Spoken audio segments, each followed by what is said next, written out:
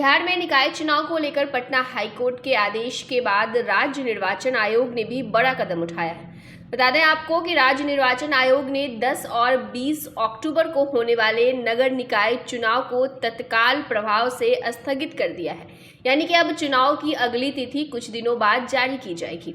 बता दें कि पटना हाईकोर्ट के आदेश के बाद राज्य निर्वाचन आयोग के अधिकारियों की 8 घंटे तक लंबी बैठक चली, जिसके बाद ये बड़ा फैसला लिया गया है। गौरतलब हो कि पटना हाईकोर्ट ने बीते दिन बिहार में चल रहे नगर निकाय चुनाव पर रोक लगा दिया था। हाईकोर्ट ने कहा है कि बिहार सरकार और राज्य निर्वाचन आयोग ने सुप्रीम कोर्ट द्वारा दिए गए आदेश का पालन नहीं किया है।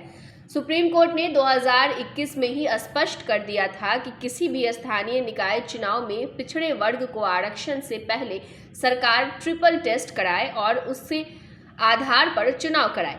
अब आपको बताते हैं कि हाईकोर्ट ने अपने फैसले में क्या कुछ कहा था। पटना हाईकोर्ट ने कहा कि हमने बिहार में नगर निकाय चुनाव में आरक्षण में सुप्रीम कोर्ट के निर्देशों का पालन नहीं किए जाने पर याचिकाओं की सुनवाई की।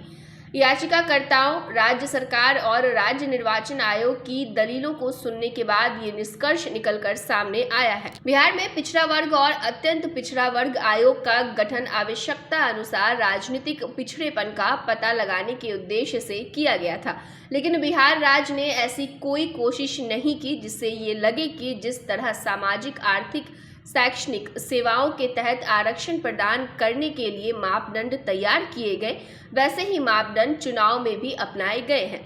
कोर्ट ने कहा कि इस परिस्थिति में हम ये मानते हैं कि बिहार नगर अधिनियम 2007 के तहत बिहार राज्य के सभी नगर निकायों के चुनाव के लिए ओबीसी, ईबीसी श्रेणी के लिए सीटों को आरक्षित करने में सरकार और चुनाव आयोग ने माननीय सर्वोच्च न्यायालय द्वारा निर्धारित मानकों का सही अनुपालन नहीं किया।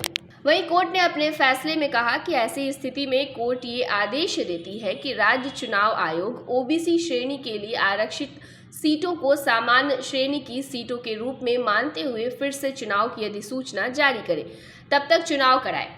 हमारा ये निर्देश माननीय सर्वोच्च न्यायालय के आदेश पर आधारित है। बता दें कि कोर्ट ने अपने फैसले में कहा कि राज्य निर्वाचन आयोग एक स्वायत्त और स्वतंत्र निकाय से रूप में अपने कामकाज की समीक्षा करे। वह बिहार सरकार के निर्देशों का पालन करने के लिए बाध्य नहीं है।